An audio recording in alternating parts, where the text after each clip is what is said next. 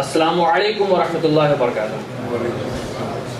I would like to thank MICC for giving me this honor of teaching you guys and sharing my experiences of what I have learned about the Prophet in my recent weeks that I have. Today, inshallah, I will be speaking on a part of Sirah of Rasulullah sallallahu alaihi wasallam, which is almost referred to as the lowest point in his life. I am referring to his journey of Taif. This event occurs in time of Rasulullah's life when he was in great grief. This was a time when his uncle Abu Talib had passed away. Rasulullah at this age was 50 years old, but Abu Talib had taken care of him since he was 8 years old. He had protected him and raised him as his own child.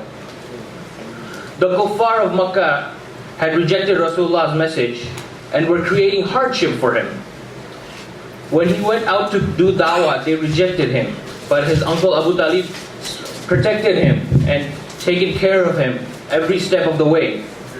But when his uncle passed away, that support was no longer there for Rasulullah sallallahu alaihi wasallam. A few months after he passed away, Rasulullah sallallahu alaihi wasallam's first wife, Bibi Khadija, had passed away. This was a great loss for the Prophet. It was a time that he was feeling really lonely. When he came home, he felt lonely. He had nobody to talk to. He only had his close khalifas that were with him. For a moment, just imagine the condition of the Prophet. He was lonely, he was lost. Most of his closest family members were gone. And plus the kuffar of Makkah had made it really difficult for him to live in the place. They threw trash at him, they threw pebbles at him. He was alone at that time. Matters got even worse. When he was doing more dawah, people rejected him. So he decided to take one of Hazrat Zayd with him and travel to Taif. And let me tell you one thing, the distance between Makkah and Taif is 40 miles. 40 miles of nothing but scorching desert, sand, and the Sahara. They had to travel by foot. It's a very harsh journey. When Rasulullah ﷺ reached Taif, he went to the chiefs. He went to almost every chief and the nobleman that lived over there. And he shared the message of Allah. But instead of, he gave the message in a really humble manner. And they verbally abused him. And they told him, in A'udhu Billah, that your God has sent you as a prophet? But imagine, the Prophet is the beloved of Allah subhanahu wa ta'ala. I would like all of you to imagine for a moment that if your father had gone somewhere and somebody abused him verbally, how mad would you have gotten? And this is the beloved of Allah subhanahu wa ta'ala. It would not have taken him a mere second to destroy that whole village. One person humiliated him, and while the Prophet lost all hope and was walking away from there, the chiefs and the noblemen sent their slaves to go verbally abuse him and throw rocks at him and beat him. This commotion got bigger and more people joined him. Rasulullah ﷺ and Hazrat Zayd were surrounded by an angry mob in just a few minutes. They started screaming and yelling, and the kids started throwing rocks towards Rasulullah ﷺ. They got away as soon as possible from that area. But the rocks and the abusive and the beatings, Rasulullah ﷺ was so badly hurt that his clothes and feet were drenched in blood. Once they felt that they were safe, they stopped and rested in a garden outside of Taif. Imagine the situation of Rasulullah ﷺ. At this point, he had already lost his closest family, his dearest members in his family, and it had become really difficult for him to live in his own home in Mecca. And now in Taif, he gets rejected and humiliated really badly. Even the small kids over there did not humbly, they threw rocks at him. Right there and then Jibreel alayhi salam descended from the heavens and he said, Ya Rasulullah, you just give me one command and I will take your vengeance. I will take these two mountains and crush this village in just a moment. Just command me and I will take vengeance for your humiliation. Imagine yourself in this situation. If we were in that situation, we would have just been like, go, destroy it.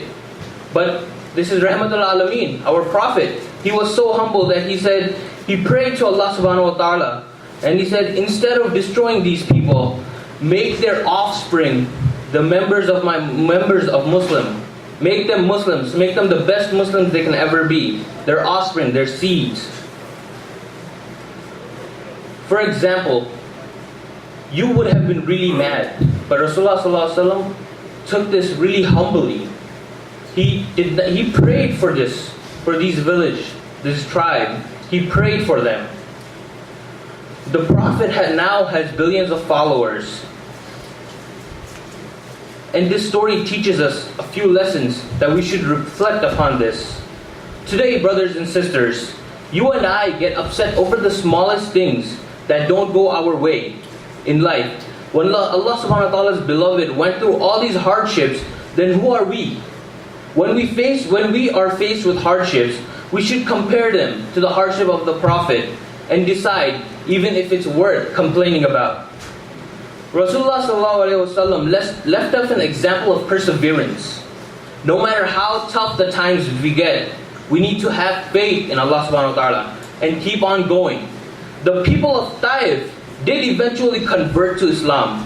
There was one boy amongst the crowd. His name was Khalid al-Adwani. This boy heard Rasulullah ﷺ recite the verse of the Quran and was so touched that he memorized them. And I would like to tell you, these verses are from Surah Al-Ahqaf. This is the ayah 22 and 23. Bismillah ar-Rahman ar-Rahim. قالوا أجعتنا لتأفكنا عن آلهتنا فأتنا بما تعدنا إن كنت من الصادقين قال إنما العلم عند الله وأبلغكم ما أرسلت به ولكني أراكم قوما تجهلون. This ayah is telling us that they who denied the message of Allah subhanahu wa ta'ala and told the Prophet that, oh, you want us to leave our gods, our idol gods, and follow your God? Or are you misleading us into disaster? The Prophet said, Allah subhanahu wa ta'ala has the knowledge of what's going to happen in your future. But you are ignoring my message, and your ignorance will cost you. We need to learn to forget what we quarrel with our brothers and sisters over small matters, and even if we are humiliated, we desire revenge. But this is not an example set by our Prophet. If we are truly believe and love our Prophet, we should try and live his examples. We should try and practice. Islam is not a religion that you can, just in one day you could become the perfect Muslim. It's a practice. You can practice and make yourself better. For an example, if you're playing a sport, such as football or swimming, you look at your superstar athlete, you follow his workout routines just to perfect yourself. This is the same thing. The Prophet is the best example for us. He's our best role model. If we follow his steps and all his practices, his sunnahs, we can become better Muslims. I pray to Allah subhanahu wa ta'ala to increase our love for Rasulullah sallallahu alayhi wa sallam and give us the tawfiq to follow his examples and apply it in our daily lives. Sadaqallahu alazim.